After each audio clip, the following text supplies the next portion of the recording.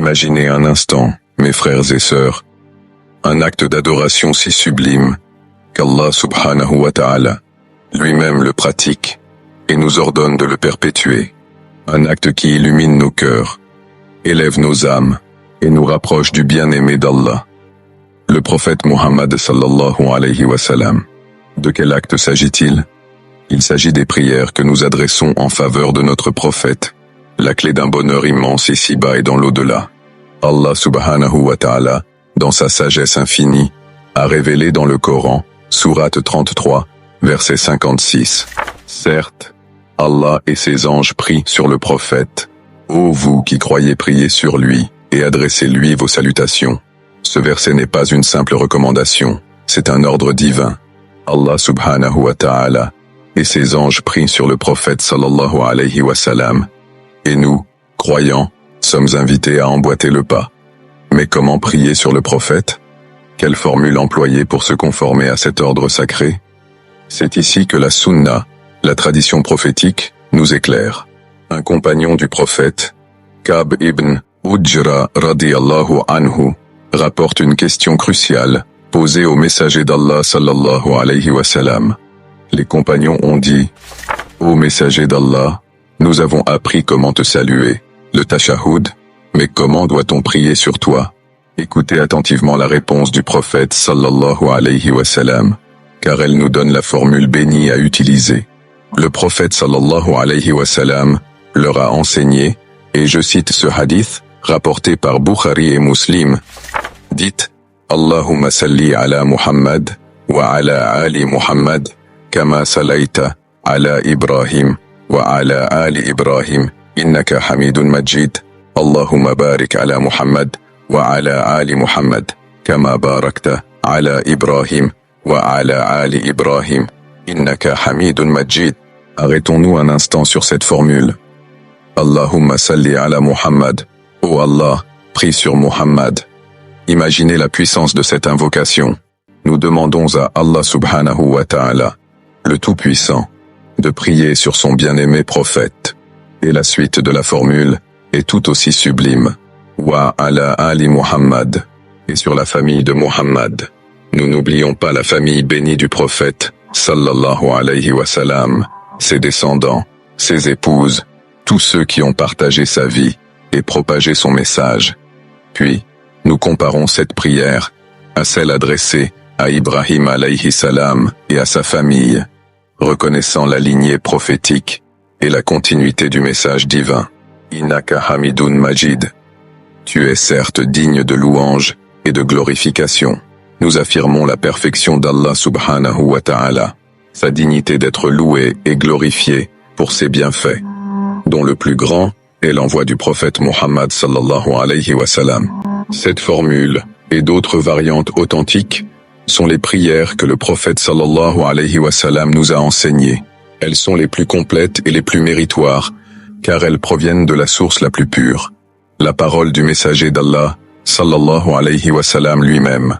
Maintenant que nous connaissons la formule, quand devons-nous prier sur le prophète sallallahu alayhi wa sallam? Les moments propices sont nombreux, et la miséricorde d'Allah subhanahu wa ta'ala est vaste.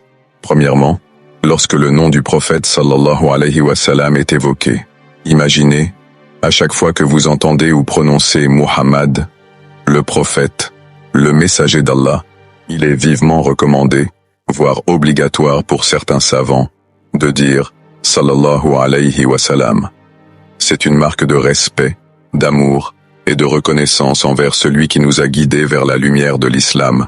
Deuxièmement, après l'adhan, après avoir entendu l'appel à la prière, le prophète sallallahu alayhi wa sallam nous a enseigné, dans un hadith rapporté par Muslim, quand vous entendez l'appel du muezzin, répétez après lui ces paroles, puis priez sur moi.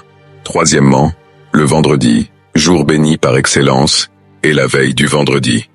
Anas radiyallahu anhu rapporte que le prophète sallallahu alayhi wa sallam a dit « Multipliez les prières sur moi tous les vendredis et les veilles au soir des vendredis, car personne ne le fait sans que je ne témoigne et n'intercède en sa faveur le jour de la résurrection. » Le vendredi est donc une occasion exceptionnelle, pour intensifier nos prières sur le prophète sallallahu alayhi wa sallam et bénéficier de son intercession le jour du jugement dernier. Quatrièmement, au début et à la fin des invocations. L'imam al-Suyuti, dans son livre Kitab al-Adkar, souligne le consensus des savants sur la recommandation de commencer et de conclure toute invocation par la louange à Allah subhanahu wa ta'ala et la prière sur le prophète sallallahu alayhi wa sallam. C'est comme encadrer notre demande à Allah subhanahu wa ta'ala par des actes agréables à ses yeux, augmentant ainsi les chances de voir notre invocation exaucée. Cinquièmement, 10 fois matin et soir. Le prophète sallallahu alayhi wa sallam a dit « Celui qui aura prié sur moi 10 fois le matin et 10 fois le soir obtiendra mon intercession le jour de la résurrection. » Un acte simple, quelques secondes, matin et soir. Et voilà que l'intercession du prophète sallallahu alayhi wa sallam nous est promise. Sixièmement, dans la prière, plus précisément dans le tashahhud, cette partie essentielle de la prière où nous témoignons de la foi. Il est recommandé de réciter la seconde moitié de la formule du tashahhud, celle qui inclut la prière sur le prophète sallallahu alayhi wa sallam. Certains savants vont même jusqu'à dire que la prière est invalide si cette prière sur le prophète n'est pas récitée dans le dernier tashahhud. Enfin, septièmement, pour conclure une assemblée, le prophète sallallahu alayhi wa sallam a mis en garde contre les assemblées où Allah subhanahu wa ta'ala n'est pas évoqué et où la bénédiction et le salut ne sont pas implorés pour le prophète. Dans un hadith rapporté par Abu Daoud, Al-Tirmidhi et Ahmed, jugé Hassan par Al-Nawawi et Al-Tirmidhi, il a dit « Chaque fois que des gens se retrouvent dans une assemblée, sans y évoquer Allah, ni implorer sa bénédiction et son salut pour leur prophète, ils regretteront leur manquement. Si Allah le veut, il les châtiera, et s'il veut, il leur pardonnera. » Prier sur le prophète sallallahu alayhi wa sallam à la fin d'une réunion est donc une manière de purifier cette assemblée et d'éviter le regret le jour du jugement. Imaginez un magnifique jardin luxuriant. Le prophète Muhammad sallallahu alayhi wa sallam est comme le soleil qui illumine ce jardin, la source de vie et de croissance. Nos prières sur lui sont comme de douces gouttes de pluie qui nourrissent ce jardin, le rendent encore plus florissant et parfumé. Chaque prière est une goutte, et la multiplicité des prières crée une abondance de bénédictions. Celui qui prie sur le prophète sallallahu alayhi wa sallam ouvre son cœur à la lumière, à la miséricorde et à la bénédiction. Celui qui néglige cette pratique se prive d'un bien immense, s'éloigne de la sunna et risque de s'endurcir le cœur.